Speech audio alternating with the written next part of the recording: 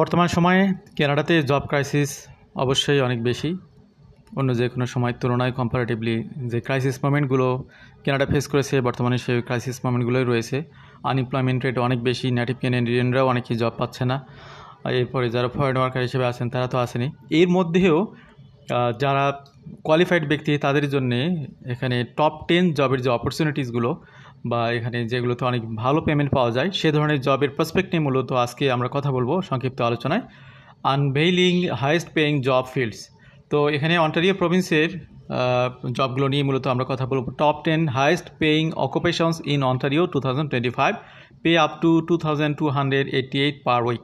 তো সপ্তাহে 2288 ঘন্টা 2288 কানাডিয়ান ডলার আর্ন করার সুযোগ থাকতেছে যেগুলোতে, সেগুলো নিয়ে একটু আপনাদেরকে তথ্য দেয়া। Looking to boost your income or make a smart career Swiss in Ontario, the latest data from statistics Canada.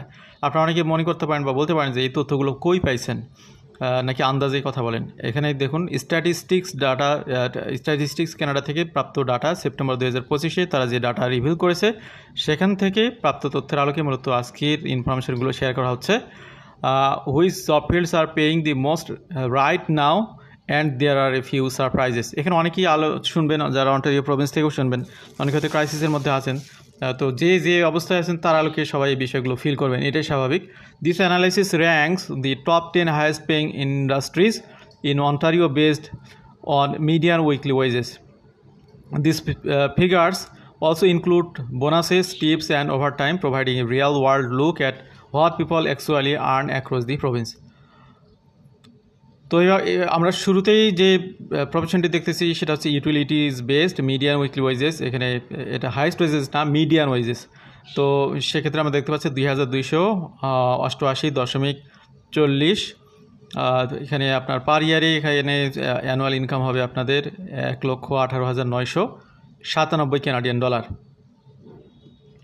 Ontario's best paying sector countries to be utilities, which includes electricity generation, natural gas and water treatment. তো utilities ডিপার্টমেন্টের সাথে যুক্ত অনেকগুলো profession রয়েছে, সবগুলোই এটার সাথে যুক্ত। These are essential round the clock service and they pay accordingly. নিঃসন্দেহে এই স্যালারিগুলো হাইস্ট লেভেলের স্যালারি তা কিন্তু না। অনেকেই 3 লাখ 2.5 লাখ ডলার ইনকাম করেন অ্যানুয়ালি কানাডাতে অনায়াসে। তো এখানে আমরা এভারেজ বা যেগুলো মোস্ট ডিমান্ডেবল বর্তমানে যেগুলো অ্যাফোর্ডেবল সে ধরনের জবগুলো নিয়ে কথা বলতেছি। These are essential round the clock service and they pay accordingly. Wages rose nearly 6% month to month and